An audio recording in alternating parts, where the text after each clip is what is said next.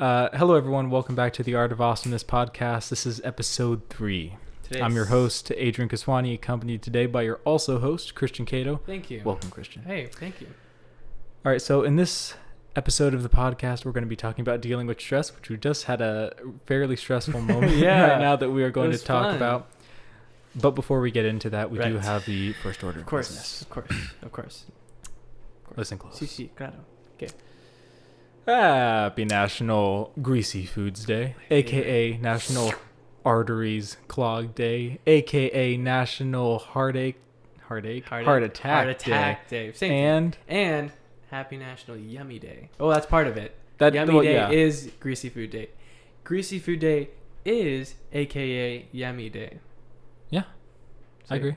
Cool. I think, okay. Yeah, let's go. Next thing. Next is Happy National Sourest Day. Okay. Reiterate. Wow, that was good timing. Yeah, no, right? That was good timing. Hey, I was surprised, yeah. Foot bump. Ow. Oh, you're not okay. shoes. That was weird. Yeah, well, let's not do that. Okay, so Sourest Day. Don't be like me. I made the mistake that it was like sour as in the food, like sour candy, lemons, stuff like that. Patch. It's not that at all. No. It is literally just to be in a sour mood, which is kind of a bummer, but but we're gonna deal with it. Yeah, I guess. Yeah. So I'm not gonna be sour about it because it's not Sour Day yet. Yeah. Oh, it is Sour Day. Yeah. It is Sour Day. Oh, okay. Yeah. Wow. Okay. Next thing. Okay. This day just keeps on getting worse and worse because now we have National Mother-in-Law Day. Of course, that was on purpose. They knew. You get Sour Day with Mother-in-Law Day. That does seem interesting that they were put on the same day. Yeah. All right. Well, hey, if you have a mother-in-law, best of luck to you. Don't get caught in their grasp. All right. So this is the final one. Happy National. This is Christian's favorite. Happy National Chucky the Notorious Killer Doll Day. Yeah, there's a day for Chucky the doll. Mm-hmm. There's a day for it. Him. It's today. It is today. All right. Of course, because today is. Wouldn't it be creepy if like Myra walked in with like a little kitchen knife? She seems about I'm the gonna same be watching size. my back. Yeah, huh? How tall is Myra? Like right, about that size. Chucky was an interesting movie. Yeah, we were talking. I didn't know this, so should we address it now? Yeah, let's just do it right now. Yeah. Okay. So we have already filmed like 20 minutes into the podcast already. And we found out that, so this camera... Do it in chronological order. Yeah, okay. So what happened was we were recording this episode of the podcast. That camera, well, not that camera, but the camera that was recording the other one. Cut out. So there was no footage for that. So we were like, we're kind of... Yeah. That's stress right there. Because we were recording a podcast. We thought we were all stress. Good. And that camera failed us. So we were kind of... talking it over, like what we should do. Should we kind of continue doing it? Should we start over? Which we did. Mm-hmm. But that all came about, and as we were deciding, we'll record the whole thing over again. You know, we're kind of like, all right, trying to find the bright side. Trying to find the bright side of it. We're like, it's a stressful situation, but we're going to try and just be normal about it. I go over to the computer where the audio was supposed to be recording, and we found out that nothing was recording. So either way, that's the biggest bright side. And we were only like 18, 20 minutes into it. Mm-hmm. It's not like we were a whole hour. It wasn't a huge loss or anything, yeah. But before we realized that the audio, we were stressed. Yeah. Which is why we thought it'd be nice to go into the... Yeah. Yeah. No, seriously. It's good to go. It's like when you're talking about depression, it's best to be depressed before you talk about it. Oh, okay. I mean, social experiment. I won't deny that. But yeah, so I thought that was a pretty good sort of experience to have while filming an episode called How to Deal with Stress. So we just wanted to give that little anecdote at the beginning there, just to let you know that everyone goes through stress. Even filming this podcast can be stressful sometimes. Hey, it could sneak up on you. Yeah, so we got all the technical difficulties out of the way in about... Wait, how much time do you have left on that camera? Oh, we have about, I don't know, like 10, 16 minutes. All right, 10, 16 minutes. I mean, you'll get an intermission. Everything's going to be good. Life goes on. Yeah. Oh, are we doing intermission when that one ends? I think so. Yeah. Or no intermission. Or no, we don't have to have an intermission. We'll do it like a second time. You guys hopefully won't know that there's no intermission. Yeah, we're going to try and be more seamless about it this time. Yeah. But with that being said, with that anecdote being out of the way, getting into the meat of things, we did want to address right off the bat that there are two kinds of stress. And we're only going to be talking about one today. Mm-hmm. So the two kinds of stress that there are is good stress, bad stress. Good stress is the kind of stress that's going to push you forward. It's going to motivate you. Your fuel. Yeah, exactly. And bad stress is going to do the exact opposite. It's going to hold you back. It's going to hinder you from moving forward and doing what you want to do. Good stress will be on the next. Yeah. So good stress is a totally different thing. We're not talking about motivating stress, stuff like that. We're talking about the negative stress here. We're talking about the stress that's detrimental to you, not beneficial. So when we all experience at least one point in our life. So we did just give an example of being stressed. Right. And we did go over a few in the previous recording of this, but I just kind of wanted to hit them back again because obviously no one's heard it but us. So, right. School. Midterms. We had a bit of a discussion about midterms. Yeah. I don't know how much of that do you want to reiterate? We just said basically we were talking about midterms suck. Wait, how did it start? About we were asking people of how they can relate to stress, and one of the most common ways is academic stress or school. Yeah, or like work stress. And if you're not in school, then like work or relationship issues or with family members. But the primary one for this case that we can relate on is school. Exactly. So then we talked about midterms and technical about that. Yeah, because apparently Christian, he doesn't get midterms. I don't have midterms. I'm sure I have some form of midterms. But you just don't know about it? I found out we have finals this semester. There's finals every semester? But that's how it was in high school too. Why are you so surprised? Oh my gosh. Well, if we have midterms, then what's the point of finals? Because Okay, so you start a semester, right? A semester is a certain set amount of months. For me, it's August to December. In October, I just finished my midfinals. I did the midterms. I did those. And then at the end in December, like December 14th, 15th, and 16th for me, I think, is finals. That's crazy. So you have midterms in the middle of the semester, hence the word midterms. Have finals. And we still have, well, I do at least. I don't know about you, but I would imagine that you do. Dang it, that sucks. I'm sorry to be the bearer of bad news. I mean, I expect finals. But not this semester. No. Okay, that's all right. Does Sophie know this? At Sophie, if you knew this, let us know. I'm mad that you didn't tell me this. Anyway, next topic. We're talking about stress, and we're talking about. Oh yeah. So so we went over in the previous podcast. So we kind of did hear what stress is. Went over it briefly. It's actually. Do you want to go over the definition real quick? Yeah. Are we gonna pull it up again? I have it already pulled up. Yeah. So we're referring to Google. This video is actually sponsored by Google. Yeah. We wish. Quite literally, it is. The definition of stress, there's two. The physics one is pressure or tension exerted on a material object. Stress. That's stress. Or like pulling on a rubber band. Or like yeah, like that. That was accurate. Basically. So the second one, which we're kind of talking about, this is a real one. Is a state of mental or emotional strain or tension resulting from adverse. Is that what it says? Adverse, yeah. Like adversity? Yeah, adverse or very demanding circumstances. Yeah. Which is what we'll be talking about. Exactly. On the podcast. So that's what stress is. We're talking about the bad stress, the negative stress, and we want to go over how to deal with those. Right. So Christian and I, we both have our own sort of techniques. Similar to the last podcast, we're going to be going over our techniques. Mm-hmm. So we want to go over Christian's first. Right. Now, I want to be the one to objectively explain what I witnessed of Christian's stress release mechanism that happens. So, okay, let me start from the beginning. Yeah. This is where the camera cut out last time, so I'm going to make sure that this is heard. Make this special All right.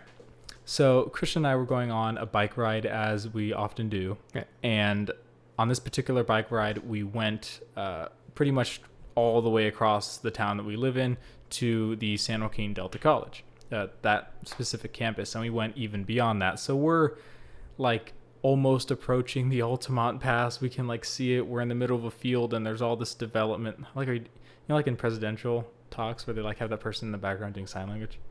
Oh, am I doing so? I was just animating. Oh, okay, it. yeah. I don't know how to do sign language. And so we're going over there, and we're kind of out in the middle of nowhere. And Christian's like, yeah, no, I've come here before. And I was like, wait, you've been here? And he gets up on, you know, those... The green box thing. The green, like, power boxes. Like power box, yeah. Big things.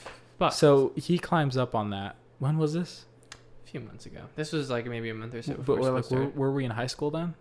Or was it summer? I forget. I think it was summer. Okay, it might have been. Yeah, it was summer. Yeah? Summer. Okay. It was summer. Just to make sure I'm telling it right. So Christian climbs up on this box. He's like, hey, you know, man, you know, because we were going through more so of a stressful time then than we are now, I think. And he was like, look, I know that you have your own ways of dealing with stress. This is how I deal with stress. He gets up on the box. Reiterate that this is in the middle of nowhere. This is where construction... No one can hear. There's no houses. There's no people. It's literally just streets, like faint lamps, freeway noise, and just field. And Christian just unleashes screams. He goes, like Christian could be in a death metal band from what I witnessed that day. My vocals. Yeah, no, he's ripped his vocal cords. Quality. But he just screamed, and then he got down from the box. He was like, "Yeah, no, that's how I deal with stress." And I was like, "All right." Yeah. But that's more of a funny way to deal with it. But that is a legit technique to like. Nobody gets hurt. I'm not self-harming myself. True. I'm not degrading anybody. Yeah. Except the box there. Except the box that has my footprints on it. Yeah. That was my way of dealing with it. Yeah, actually, it was a pretty effective way. I didn't try it, but I just watched, and I was like, no, that sounds like it. That makes you less stressed by watching me. It made me less stressed because I was looking. I was like, I could imagine that working. And I was right. Yeah, but I know that was more of a silly technique because you had some serious ones right here. Yeah, but if you want to just kind of go into depth. Change of scenery. I think we're again referring to a computer. The first one, change of scenery, was for me personally. I've been actually doing this a lot recently, was when I'm in a single place and I'm working at my desk and things are getting pretty redundant. Yeah, redundant. Is it hectic or tactic? Hectic. Jinx. Nah. Hectic. Nice. I didn't know that. So hectic. You know, I just get up and go for a walk. That's it. Or just go for a walk when I feel like things getting a little too tense. Mm-hmm. I get up and go for a walk, and I come back and I'll be able to do whatever I'm doing, or even so, just coming back with a refreshed mindset and getting things out there. So what I meant when I said change of scenery, I think I was reiterating on the fact that, when you stay in one place for too long, it's hard to get the creative juices flowing. It's hard to relax a bit more. So being able to break that, is it almost like removing yourself from an environment that invokes stress? Yeah, exactly. Yeah. Oh, totally. Like that. Definitely like that. Exactly. So I guess like if you work in a setting like just like you, like if you're at your computer a lot and if you notice that you happen to get stressed while at your computer or at your desk, like that's where you start getting that little feeling in the back of your head, like I don't like what's happening. That might be a good indicator to like walk out of the room, even just walking out of the room. Yeah, I mean, just walking to like a different part of your house and like sitting down or going outside on the porch. I do that stuff all the time. Yeah, it's right here, right? Yeah, you have it's a nice area and it works. I remember one time, kind of on that similar note, I was stressed out. This was actually during the school year, and but quarantine had already put us all at home, so it wasn't like I was gonna, jeopardize missing school or anything like that. Yeah. So, but what I did is I think this is one of the most stressed out I've ever been. And I was so stressed out that I stayed up the entire night. I didn't sleep at all. Like nonstop. And I was just working out the whole night. Because I thought working like just like lifting weights, doing all these exercises, because I thought that was going to be a good way to like eliminate the stress. Because I was heavy stressed at the moment. Yeah. And just really upset, and the way I usually kind of exert that energy is by doing something physical, like lifting a weight or doing exercises. And so I had so much energy to like exert that I stayed up all the way until 5 a.m. So I've already been up for hours on end. I'm heck asleep. Adrian's a night owl. And it's like 5 a.m. And I put on my shoes. I walked out of the house and I just ran around the whole creek of Mountain House. I ran all the way there. I mean, the sun is hardly even up yet. I come all the way back home. I sit on my bench, and people who I see running, they're just starting to leave their houses to go on their run. And I'm just like, people get up pretty early to get run up early. here. But like the fact that I was like, man, I got up before all these people. But as I was sitting on my bench and I exerted all this energy, I ran so far. And when I was running, I was just thinking. It's like perfect thinking time. Yeah. You have to ramp up a little bit to running. Mm-hmm. Like there's like a pickup speed, but there gets a point where you're kind of like at cruise control. You know, Yeah. your body's just sort of doing the thing for you, and you kind of get in your head at that point. And that's a good way to, I mean, if you're up for it, you know, running is a great way to not only find a different scenery than you're at, but to also be productive when you're outside it, you know. So if you're stuck in your house and you're feeling kind of down, I implore you to go on a run or something like that. That's a great way too to relieve that stress. Because I know that for me that, because here's the thing, it's not going to fix your problem necessarily, but you can't fix a problem when you're stressed. Yeah. So stress is the result of a problem, right? And the reason we remain stressed is because we can't get in the right headspace to deal with a problem rationally. So the best way to do this is to, you know, stop stressing by dealing with your mental state so that you can then, in a clear state of mind, deal with the problem that's causing the stress, and then you've gotten rid of it entirely. And I think a good way to start is, like you said, you know, going out and, you know, getting a different, I don't know how to say, outlook, scenery, you know? perspective. And then running, I think, is one good one. But you had another one. Yeah, that was a mindset of knowing things will pass. Oh, yeah. A mindset knowing that things will pass. In the sense, whatever we're doing, I want to make sure that has the most effect. No, just make sure that it's like I know it's hard to word things. Right? Because it could be like really effective or really like plain. Yeah, so of course, in the like most authentic sense, knowing that things will pass, this applies for anything. Like nothing, not even the good things in life are permanent. Mm-hmm. Everything's gonna pass. That's true. The bad things, the good things, the mindset you have about some things, an assignment you have, a test, or, you know, just goes for when you realize that everything passes, from the bad things or things that you're stressing about to even the best things in life that we appreciate so much. It all comes eventually to an end, regardless of what it is. In a way, at least for me, it helps to kind of reframe how I think about or go about doing some things. Like we were just talking about, I think it was on the other one about doing priorities. Like priorities, and like doing like how that applies to doing work or essays when we're really stressed out about something. And we talked about this quite a few times, where it helps to know that whatever you're going through, and just taking a step back and having a breather and just thinking to yourself, like, okay, like, I'm stressed out about this project or this assignment or this thing I have to do for work or for family or whatever it may be, but it helps to know that this isn't permanent. Like, it's gonna suck for a little while. Oh yeah. But it's not gonna suck forever. Yeah. No, that is certainly a good way of putting it. I think that it has to pass. Yeah, things will pass. And I think one thing that what you just said sort of reminded me of is to make sure that you acknowledge the fact that you're stressed.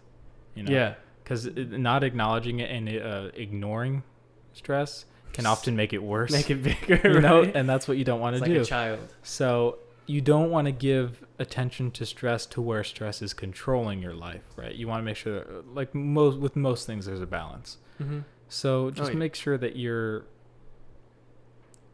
being truthful to yourself and honest with yourself, that no, you know, I'm not. If you're truly not okay, you should be able to say that to yourself. Hey, look, self, we're not good right now. Like we got to fix this. And then even just something as simple as like, hey, I'm not okay. That can be enough to spur action, right? That can be enough. If like I'm kind of down, I'm like, man, you know, I'm not feeling too good today. Mm-hmm. Immediately that gets my brain going, saying, oh wait, no, I'm not good today. What can I do to fix that? And then a bunch of ideas start popping up. Oh, you could go on a run. You could do this. You could do that.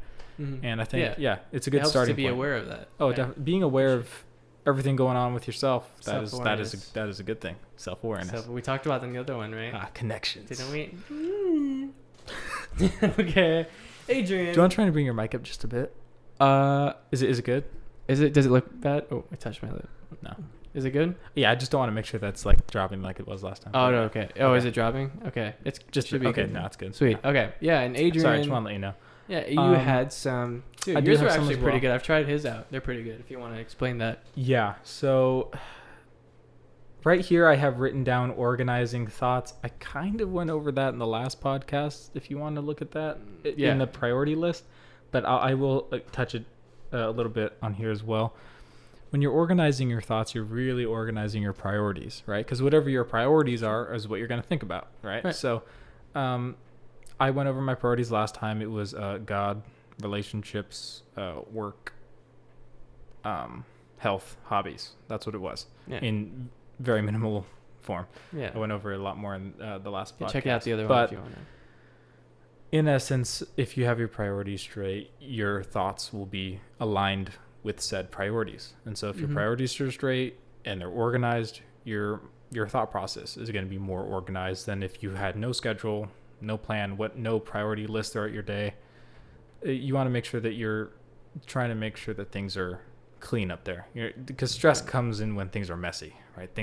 That's when things are out of order, when things are, something happened and you weren't ready for it, that's when stress happens. So I'd recommend keeping a priorities list and also making sure that your thoughts are sort of organized based on that priority.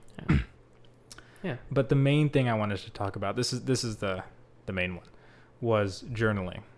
So I know that for me, junior and senior year were not good for my mental psyche for a whole host of reasons. But many things helped me through that time and they made me better.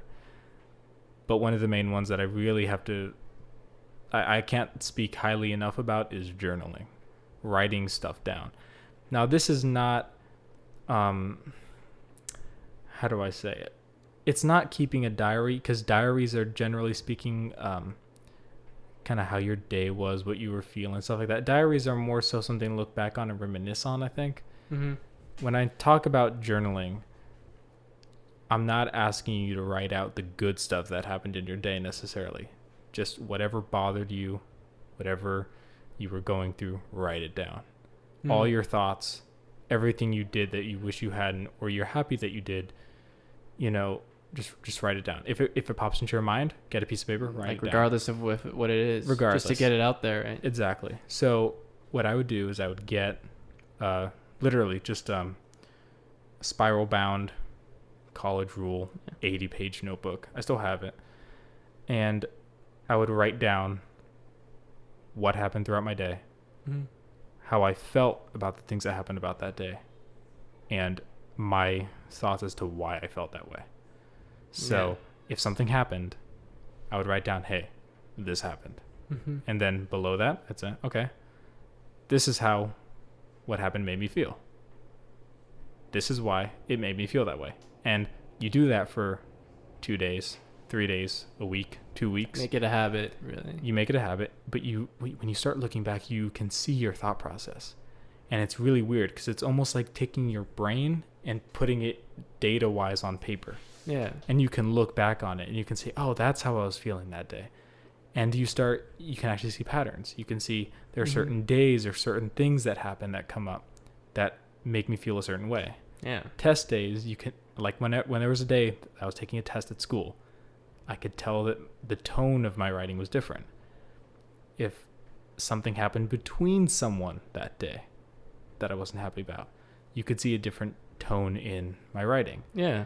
And you start looking back and you can almost get a picture of your thoughts, your emotions, your feelings.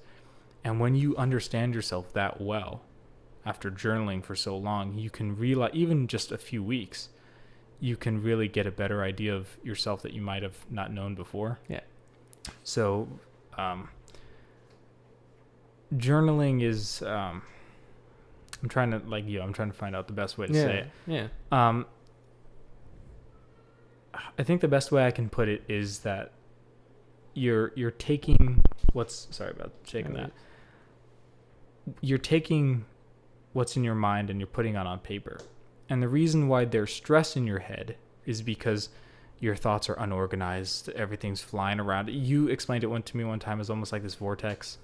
You kind of get lost in it. Yeah. You know? Yeah. One thing after another. Yeah. You just follow one thing and just a whirlpool. For me, I always explained it like this black tar that like kind of obscures everything. And it's hard to prioritize and organize and really understand your thoughts in your head as they're happening. So the moment I would think of something, or the moment you think of something, write it down on a piece of paper. I don't care what it is, just write it down. It doesn't have to be clean. It doesn't have to be, you might say, I don't like the fact that I'm writing this down about myself. Just write it down anyways. And then what you're going to do is you're taking, because the reason why you have stress is that your brain's bringing this thing up over and over and over again. It's like, I'm using the example of a test, but it can be something much more serious. In my case, it was. Yeah. But for example, a test. If you're stressed about a test, what's happening is, I'm thinking, oh, you have a test tomorrow. Oh, what was that? I have a test tomorrow. And it kind of keeps hitting you back again and again and again. And you're trying to get rid of it. Like, I don't want to be stressed about that, because it just kind of keeps coming back. Mm-hmm. When you write it down, because your brain's trying to remind you, you have a test or you're not okay. Your brain's trying to talk to you. So if you write it down, what your brain realizes is, oh, you got it.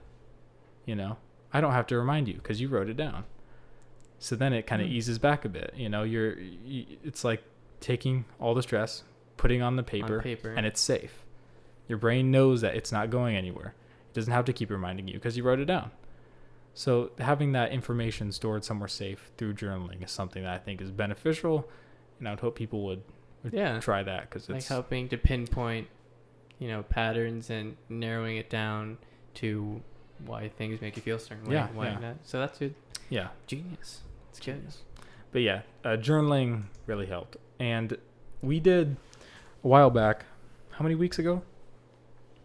Regarding 3 or 4. That? Yeah. 3 or 4 for the pilot or the first. Yeah, I'd say. Well, because if we're doing it weekly last week, so the week before that. Okay.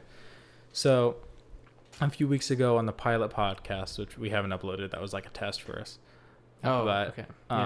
You talked pretty extensive. We had a really long conversation about prayer. That was a long conversation, as I remember, at least. Mm-hmm. And I know that for both of us, prayer is a good way of dealing with stress and dealing with issues. So if you wanted to kind of go over, about you had good points on that. I remember. Man, that was the pilot one where that wasn't published. I do think that is the pilot one that wasn't published. That we talked about that was about like how being authentic and being authentic in your prayer and making sure that you're not so I guess this one for us is a great, not for the sole purpose of relieving stress, but it's just something that it's just good for you. We believe in our faith that it's something necessary. It's like when you're hungry you eat food. When for us it's like when you're thirsting for God you pray. You read the Bible. So when we were talking about prayer for us, it's, for me at least, and I think we kind of found common ground, was it helps to be authentic. Like whatever it is, even if you don't like it, or even if you don't, in the sense like you're not comfortable saying it, or things like really deep down. For us, we know for who we believe in, God knows all of it. He knows before there's several scriptures that talk about God knows what we He knows need your thoughts before you even say them. Before you say them. So He already knows everything about you. Right? The hairs on your head numbered. Yeah, exactly. So when you come to Him, it's so relieving. I think especially in this day and age where we're kind of conditioned a little bit to believe that, if we want to be liked or we want to be valued in a false sense, that we have to put more out there of the good things of us and take back the bad things. And I think that's something that on social media we see a lot. You hardly ever see anyone putting out the bad stuff they're going through. At least in majority. No, I agree. You're mostly seeing the best part of someone's life. So in that sense, you're kind of conditioned to hold back the bad and only give the good, and you're internalizing all that. But for us, prayer, in this sense, we're talking about how it relates to stress relieving, is that it really just gives you a chance to put it all out there. Like whatever you're going through, your thoughts, like even like an example, when I say things that you're not comfortable with, like there were times when I was like hindering in faith a little bit. And like you said, we both did. Yeah, actually. You told me about how you say, God, sometimes I have a lot of faith in you, sometimes I don't, and that kind of hit me a little bit because you, like, out of all the people I know, you're someone that, like, when it comes to like biblical studies or like things regarding, things like this, I always think kind of like what was the mindset that Adrian would have, because I'm pretty passionate. You have that trait about you, and so just having that in mind, just thinking when I'm doing this, like, I can really just be authentic, because he knows and he loves me about it. He's the one that knows the worst about you but loves you the most. Well, because the thing is, you don't have to lie to God. Yeah. Right. So it's like there have been times in my life where I haven't had that much faith in God, and there's some times in my life where I've had tremendous faith in God. Mm-hmm. So when you have the little faith, that's when it's important to tell him, hey, I'm struggling a bit here. Mm-hmm. Maybe I'm not seeing something 100% clear. Maybe I'm doing something in my life that's hindering me from, moving forwards, I guess. Yeah. But if you're constantly trying to put on that good face all the time and just say, no, I'm fine. If there's any time to say how you really feel, it should be during prayer. So like for me, if I'm feeling bad, I'm not going to bring that to the professional realm. If I'm having a bad day, I'm not going to let my schoolwork reflect that. I'm not going to let my job reflect that, because you're there to be professional. Right. But when I get home, or when I'm just by myself and I'm praying, that's when I don't have to, I'm not playing the game then. I'm not, You're just yourself. I'm just me. And right. I had to be honest with that so that I can perform better in my work and my job and my relationships and stuff like that. Mm-hmm. So praying is definitely beneficial to the person who, has access, who's willing to just kind of lay it all out, because, like I said, sometimes you have a lot of faith, sometimes you have little. If you have faith, it's worth praying, figuring it out. Yeah, so, should always be a go-to. So for us, when it relates to that, prayer is a great.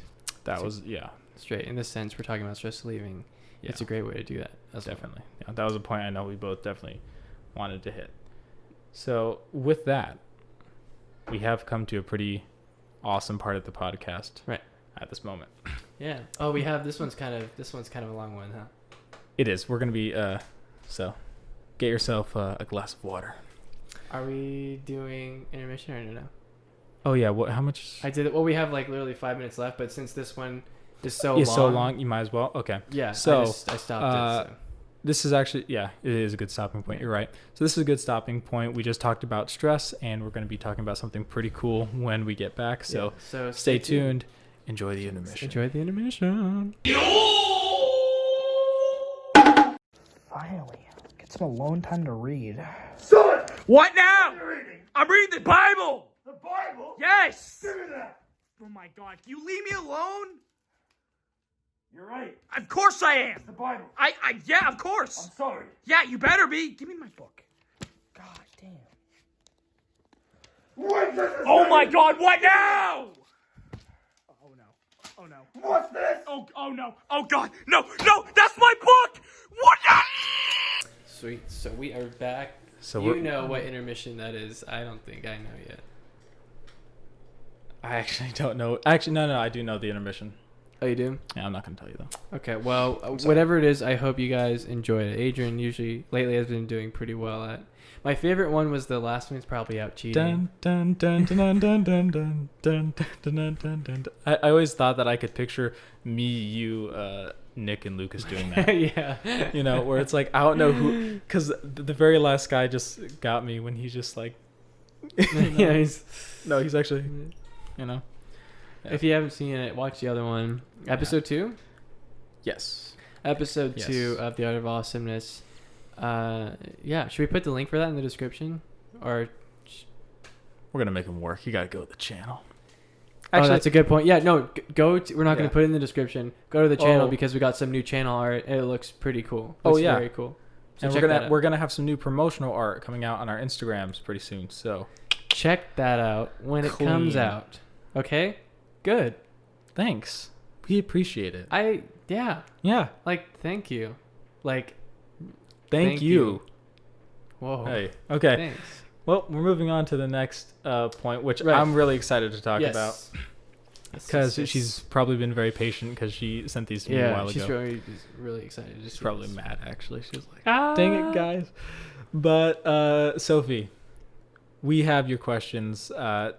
You sent 3 main suggestions to us in this. 2 of them are really good for Halloween, so we're saving those 2. Yeah, we're saving next. But we do have the first question that you sent with us here. So this is for you, Sophie. Thank you. All right. Her question was, she emailed me this. I just copied and pasted it. Very professional. Very professional. So this suggestion is kind of like a topic, and she has a few sub questions for the whole overarching questions, which is actually surrounding death. So we're fine talking about that. Happy Halloween. Happy Halloween. Well, it's the 25th. We're close enough. All right. So first question. And the way we're going to do this is we're going to give our own opinion, and we're going to give the biblically correct answer. Yeah. Right. To tie it all up. Yeah. First question. What do you think happens when you die?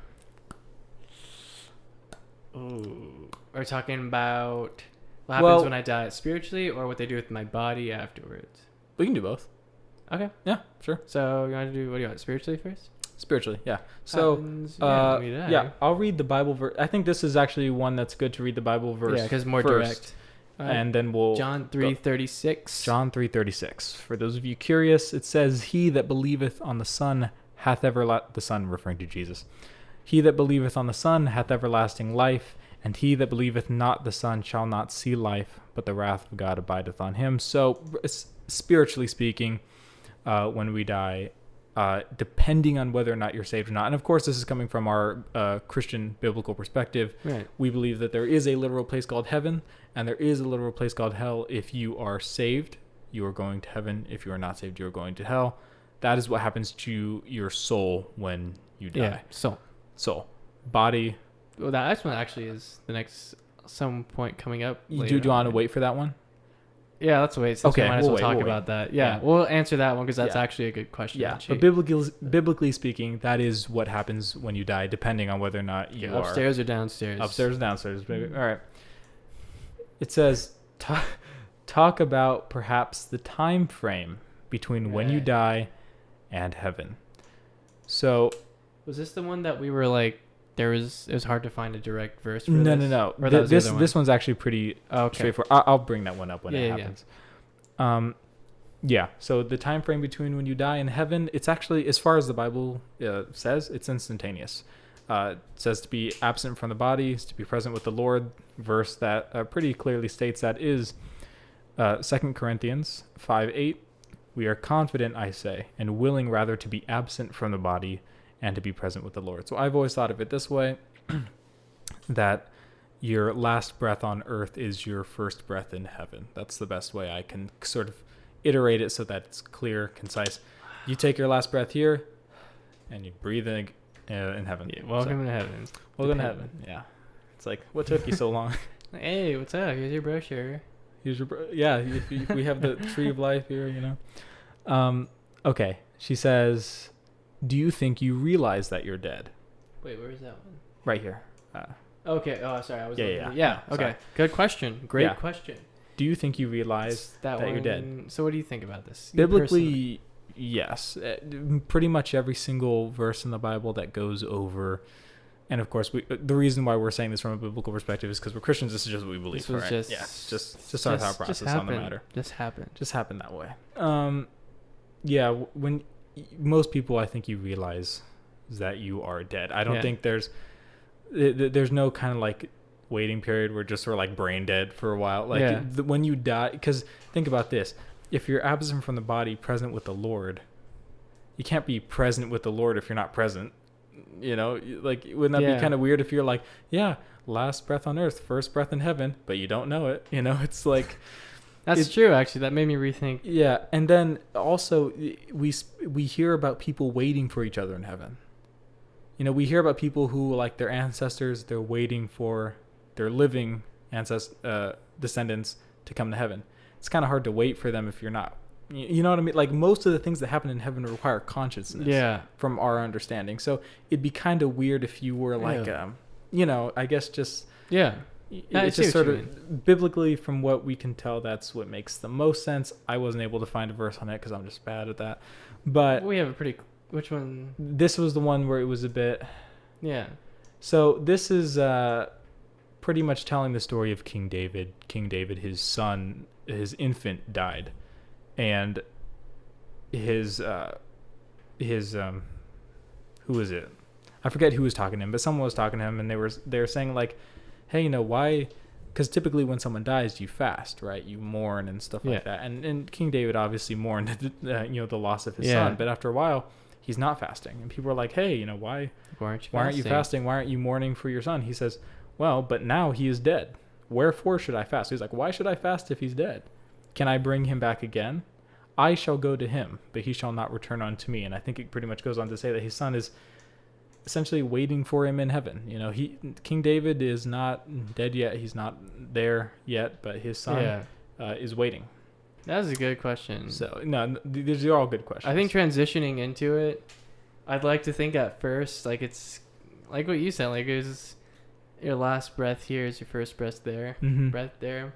I think when you just realize it, because there's verses where it talks about like you will receive my full joy. Yeah. And there's no pain or sorrow. I think transitioning. It says that all the tears will be wiped from the eyes. It just, there shouldn't be, because the people because there have been some biblical figures who actually haven't died. They've just been taken up to heaven. Right. And so the way we always saw that was an angel coming down and taking them up in a flaming chariot sometimes, or sometimes just picking them up and it's like, whoop, taking them off. So I think that consciousness never really ceases. I think that when people, when they say, oh yeah, when you die, you lose consciousness. I don't think that you do. Your body does. This fleshy mind you have here does lose consciousness, but your soul never does. Your soul is always aware of where it's at, I think. Yeah. I think like transitioning into it, it's like you'll slowly realize like, whoa, I'm here. Yeah. I think so too. Here. I'm here. I made it, guys. And they're like, nah, we don't want you. Oh. You're like, what I always felt bad for? I always felt bad for Lazarus. Lazarus. Because he died, and then Jesus brought him back. So that means that he had to die again. Dang it. This guy died twice. It's like, that kind of sucks if you think about it. But in any case, okay, her next question. How would you want to die? Ooh, my favorite. I've thought about this. Oh, you should talk about it then. How would I want to die? How do you want to die? Okay, well, we're about to talk about this, but how would I ultimately die? Well, okay, so she has two questions. How would you want to die, and then what would you want your funeral to be like? Okay. So we'll go over how you want to die first. How would I want to die? Yeah, how do you want to kick the bucket? Really cool. Same. I want to save. It would be cool to save someone's life. That's what I'm thinking. I think you said that. Yeah, I actually asked someone once. I was like, "How do you think I'm gonna die?" And she was like, "I think saving someone." I was like, "Oh, because no greater deed than this to lay one's own life for a friend." Yeah. Or something. So, I mean, that would be cool if I could save someone's life in the process, and it would look cool like a Marvel movie or something.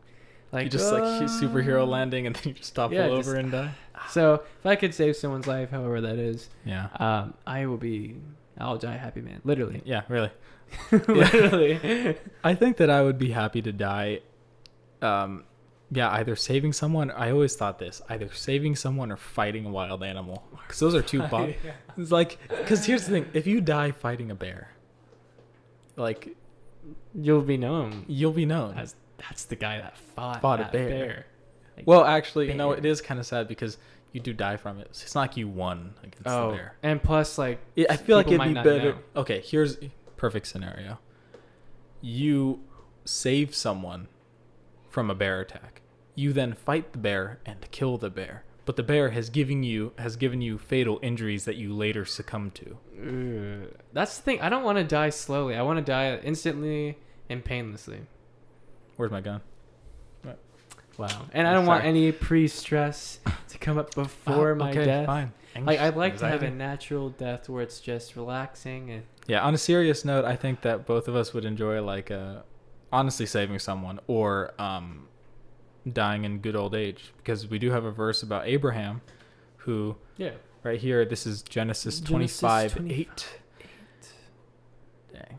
Then Abraham gave up the ghost, so he breathes his last breath, and died in good old age, an old man and full of years, and was gathered to his people.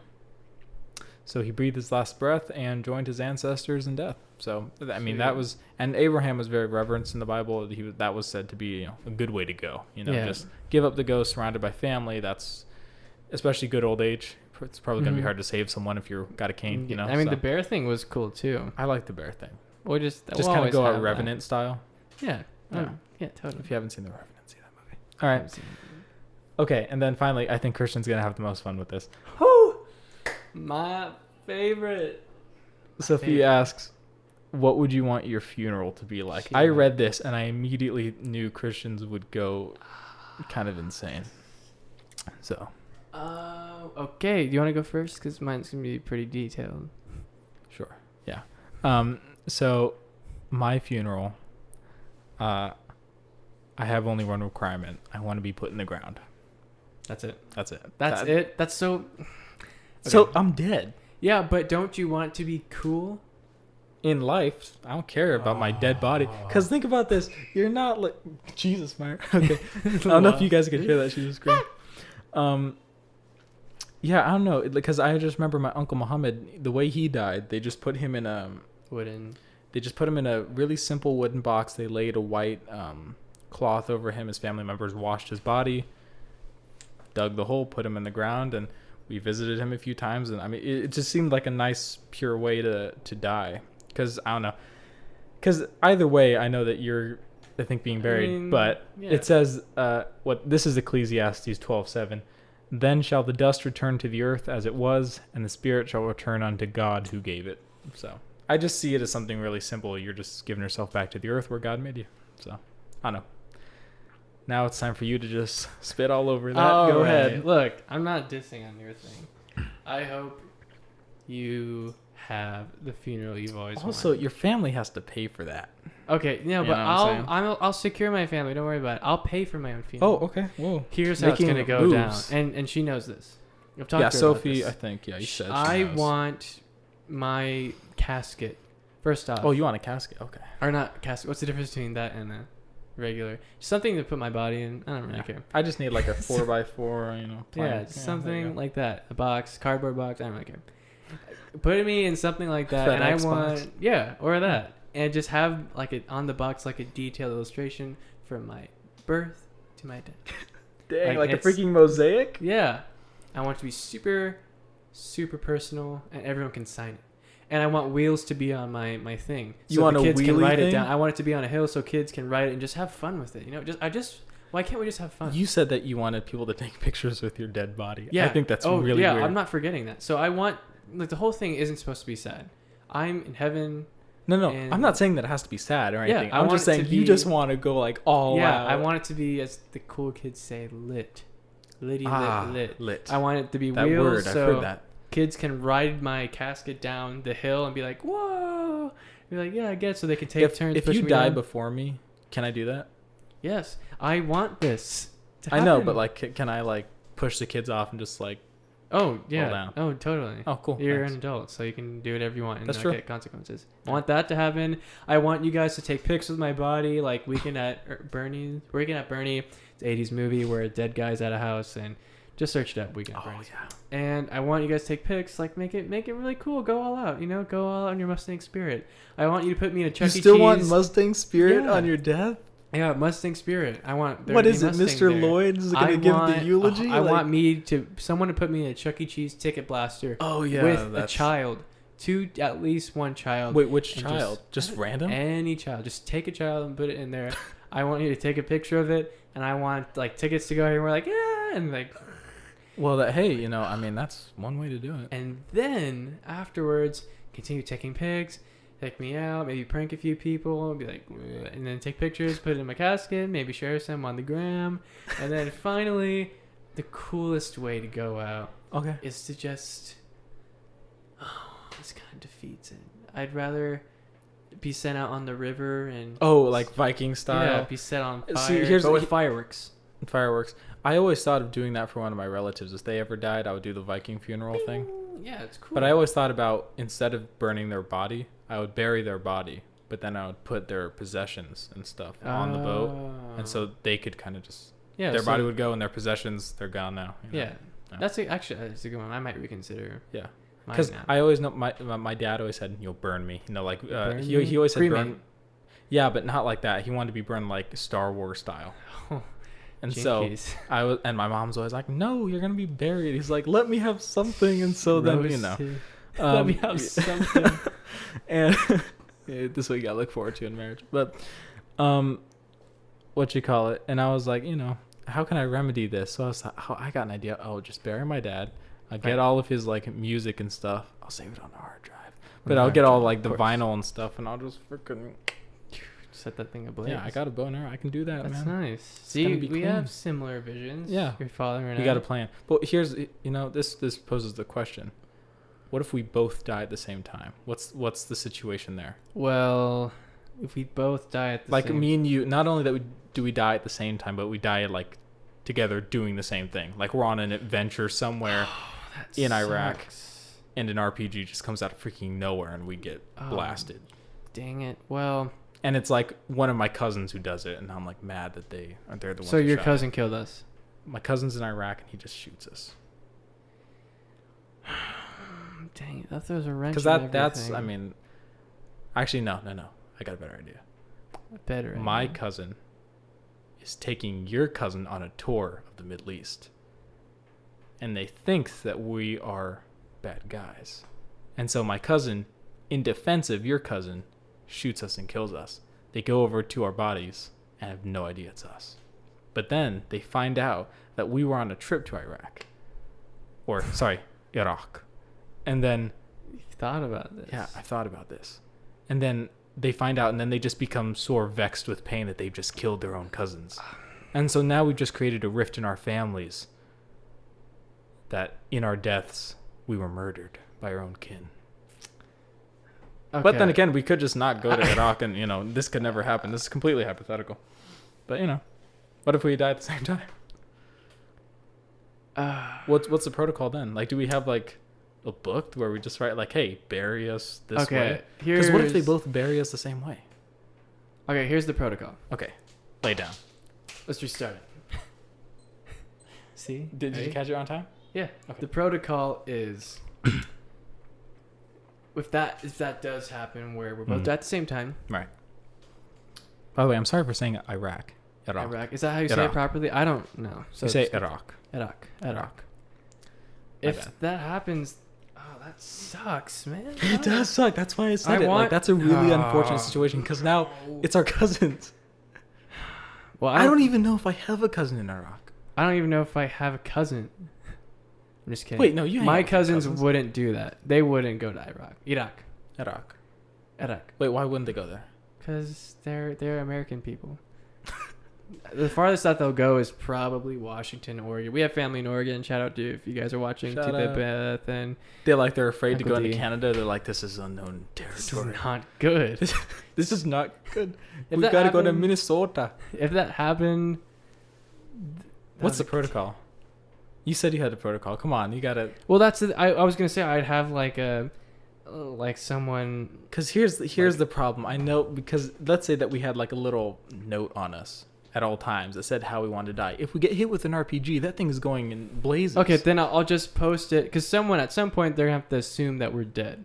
True. Here's the situation. I'm gonna already set up my funeral beforehand, and I'm gonna have like a wax dummy or just like a regular wooden statue and print my face on it. So everything's all set up before I die.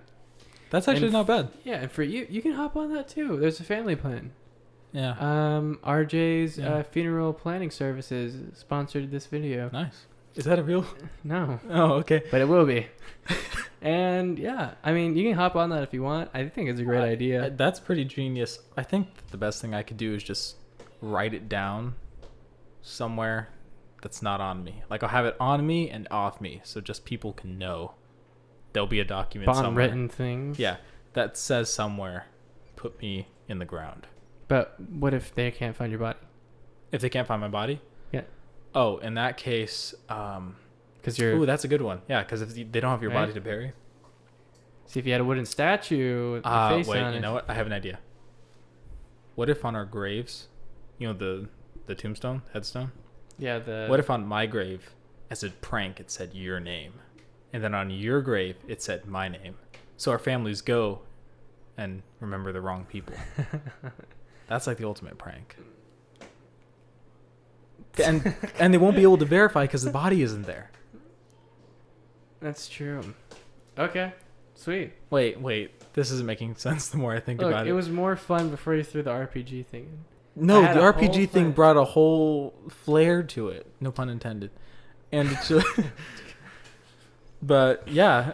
Anyways, Sophia, thank you. Thank you, Sophie. For your questions. We will answer the other two in the next podcast because they're more Halloween oriented, and that's when that's kind of coming out. So stay tuned for that. But thank you for your questions.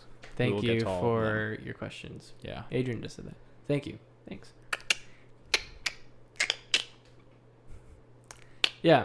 So thank you for your questions. Yeah. Okay. So I guess to close it off, as far as the stress practices that we talked about to try and alleviate stress, we encourage you all to try them and let us know, possibly in the comments, if it works for you. Instagram, let us know how it works. And we do have a verse of the day. That is correct, Adrian. We do have a verse of the day. This is Christian's verse of the day. So if you want to... you can find this verse on our 55 Pure official website, which will be in the description of this video. And you can click on it. Yeah. I would hope so. Psalm 55? 55, 22? Okay. Oh, I just realized Psalm 55. I like it. Oh my god. Dang. We have a sponsor. Psalm 55. Was it Psalm 55, 22, right? I think. Yes. Yeah. Dang it. Oh, Christian. I don't think my version has that. What do you mean? We have the same okay. KJV. I got it. It's the same Bible. Okay. Yeah. Is it the cast? Yes. Okay. Psalm 55, verse 22. You want me to read it? Yeah, it's your verse, Psalm my friend. 55, verse 22. Cast thy burden upon the Lord, and he shall sustain thee.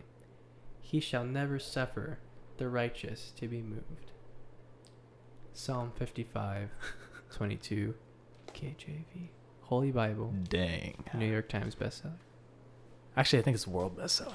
It is. Actually, it's the best the book that I'm holding right now is the best-selling book of all time. We actually... Oh, Nick wasn't on Alpha. Oh, we really? have a Wednesday church thing for part of my college, and we talked about how they actually gave an interesting fact. If they had to take the Holy Bible off bestseller and all that, the world's best rating of books, because if it was on there, it would be number one every time, every week. So they had to take it off. But they didn't want it to be the Bible. Yeah, I mean, so this is best-selling book of all ever. time. It's also got everything. Also, the most influential book ever. Right. Because this is the first book I think to have been printed using the printing press in Europe.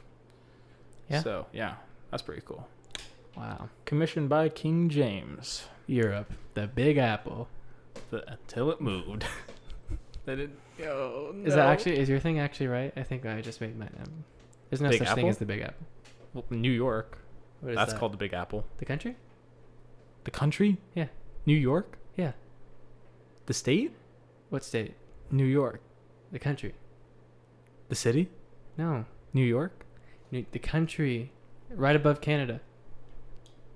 The Arctic? We'll cover that on our next episode where New York really Find out when I correct Adrian's grammar and punctuation. I'm looking that up right now. I know. Arctic. But yeah, thank you guys for watching this episode of the podcast. Thank you. Hopefully you enjoyed this. Hopefully we were able to gain something out of it. Hopefully. Of course. And don't forget, both of you cameras. Yeah, you camera. And you, yeah, Bernard, that you can reach out to us on Instagram. We have this really similar Instagram handle. It's Adrian Kiswani and Christian Caito. It's just our names. It's the same thing. No Adrian Kiswani, Christian no cap. No, I mean no cap and sis. No cap. No uppercase. There's no cap. We can't no speak, space. man. We need to go check us out. Should we put the links to that in the description? Oh yeah, totally. For our Instagrams, and then we have our email 55purefilms gmail.com. Write to us so many of you guys have done. Sorry, that just flew out last second. We'll put those down there. We love to hear from you guys so we can talk about more stuff on the next episode